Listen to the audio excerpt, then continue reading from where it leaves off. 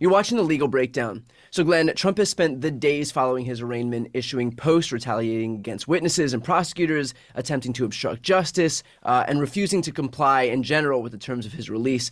Most obviously, he just attacked Mike Pence directly for what was listed in the indictment. So, what should happen here? What should happen is he should be hauled into court, courtesy of what's called a show cause order. He should be put on direct notice by Judge Tanya Chutkan that he'll have one more opportunity. And if he fails to comply with conditions of release, he will spend the rest of his days awaiting trial in a jail cell. I've seen that happen 100 times. That is what should happen here. And given the presiding judge, I have a feeling that is what might happen here. No, I understand that pretrial detention is a huge step. That isn't lost on me, that remanding a leading presidential candidate to jail pending trial would have massive implications. Not that it should matter, because he should be treated the same way any other American should be treated. But when does a judge decide that sanctions, for example, aren't enough and that the only remaining option is pretrial detention? Brian, great question, because it's an art, not a science. I appeared before well over 100 judges in my 30 years as a prosecutor, and each one would strike the balance in the way they believed was appropriate, fair, and lawful. But it's not like there is a playbook that can be followed. Each circumstance is intensely fact specific. But here is what I suspect Judge Chutkan will do. I know Judge Chutkan from the days we used to try murder cases against one another in the courts of Washington, D.C. And I've said it before, she is smart, strong, no nonsense. She's very tactically savvy, but she's also fair, impartial, and independent. And frankly, I promise you, she will be Donald Trump's worst nightmare. Here's what she will likely do. She will probably haul him into court.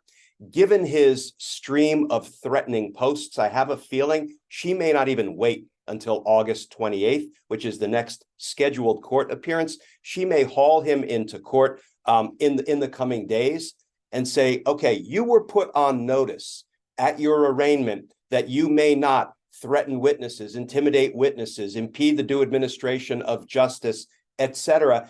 And apparently you're not entirely clear on what that means. So let me tell you what it means. And she will set out precisely the do's and the don'ts of his pretrial release conditions, what he may and may not say, what he may and may not post.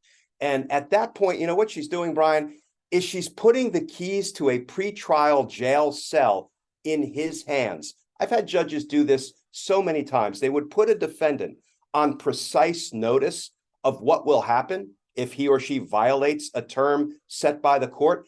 And the judge will say, and I've had them say that, sir, the keys to the jail cell are in your hands. If you violate the conditions I am setting for you today, I promise you, you will be revoked on release and you will spend the rest of your pretrial time in detention. I suspect we're going to get something perhaps just as direct out of Judge Chutkan. Right. And then that kind of puts the onus on him and not on her. I mean, she will make perfectly clear what's going to happen if he continues to do what he's doing. So if he decides to do it again, then that's on him. It's not her choice anymore. The choice is, again, his. I agree. Let me just jump in and say there is a confluence here of two things, though, right? There is his violent, reckless, threatening speech involving a guy like Mike Pence, for example. And there is his campaigning, his stumping against political opponent Mike Pence. So I fully expect his lawyers will say, wait a minute. When he criticizes Mike Pence, it's because Mike Pence is his opponent for the nomination for the Republican spot for president. So these are thorny issues, and there's a lot to get tangled up in here. And that's why it's going to be really important that Judge Chutkan precisely tell Donald Trump what he cannot say, because it would constitute intimidating Mike Pence, threatening Mike Pence, or retaliating against Mike Pence because he's provided incriminating evidence against Donald Trump, and what he can say about Mike Pence, because Mike Pence is his political opponent. So, for example, when Donald Trump says, Mike Pence is lying, I never told him he was too honest because he wouldn't overturn the election for me.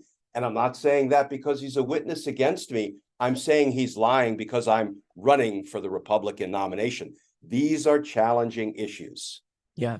Well, I would also claim that he kind of eliminated all of his plausible deniability by plucking something right out of the indictment. So it's hard to claim that he's attacking Mike Pence for being his political opponent when he is picking things out of the indictment. So, Glenn, normally how many chances do you get with sanctions, for example, before a judge ultimately does revert to pretrial detention? And I know that normally is doing a lot of heavy lifting here because all of this is unprecedented. Yeah, it's very judge specific. Sometimes it's one strike and you're out. Sometimes it's two strikes and you're out. Sometimes it's three strikes and you're out. It really depends on the judge. But in a case like this, you can argue both sides of the coin, that he has already shown his willingness to threaten witnesses, to incite his base to violence, that, he really doesn't deserve more than one strike. Flip side of the coin, he's a presidential candidate. Not that that plays with me, but it plays with some people. He's a presidential candidate, so he should be given more leeway than others who were not running for office. Again, I don't believe that's a viable argument, but that argument will be made and it will resonate with some. Now, I want to be fair here and recognize the difference between protected speech and violating the terms of his release. So what can Trump say and what can't he say with regard to this case and its witnesses and its prosecutors, and even someone like Jack Smith? I think it's an easier call when it comes to all witnesses who have testified in the grand jury against Donald Trump and who will testify against Donald Trump at his criminal trial. I think it becomes most challenging when it comes to Mike Pence, what he can and cannot say. Because, again, you've got Mike Pence, the witness, you've got Mike Pence, the presidential candidate.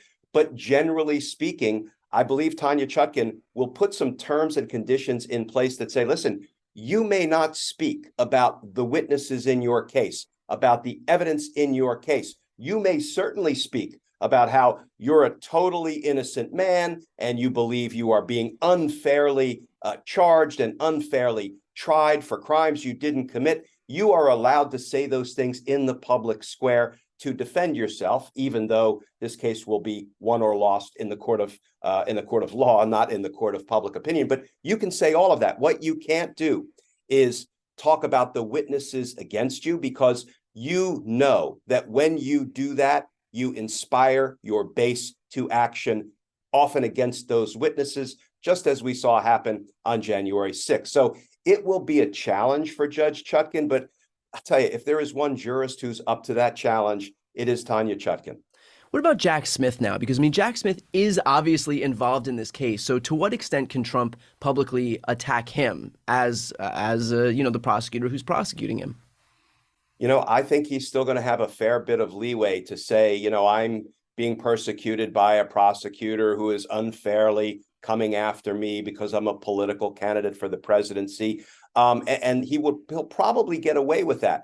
But when he starts publishing the name and information and, deeply derogatory things about Jack Smith's family members, I think that's out of bounds. I think that's something a judge could appropriately prohibit him from doing. And if he does it anyway, she could ratchet up the sanctions, as we've discussed, up to and including pretrial detention. Now, switching gears a little bit, Trump is also trying to poison the well with regard to the venue being in D.C. He keeps calling D.C. Dirty and crime-infested, basically in hopes that it becomes so clear that he hates D.C. and D.C. hates him that he wouldn't be able to get a fair trial there. So is there any chance that Trump could actually succeed at changing the venue? Zero. Because the main reason somebody moves for a change of venue is because a case has gotten so much local publicity that the local jury pool can't really be expected to be fair and impartial. Well, this is not exactly a local story. It's not exactly a national story. It's a global story. There is no other jurisdiction that this trial could be transferred to where people were unimpacted or unaware of what happened on and around January 6th.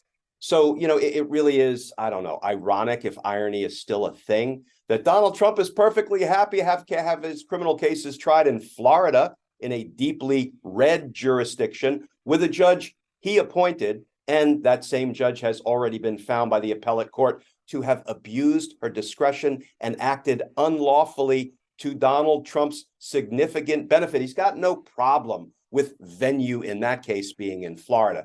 A motion for a change of venue, in my experience, has never been successful. I'm not saying it's never been granted. There, I think, have been a few instances where change of venue has been granted, but it will not play in this case. Can you talk about the similarities between what Trump is trying to do, what he's trying to sow by virtue of his rhetoric about DC, and kind of the whole point of this case in the first place, which is, the events surrounding January 6th?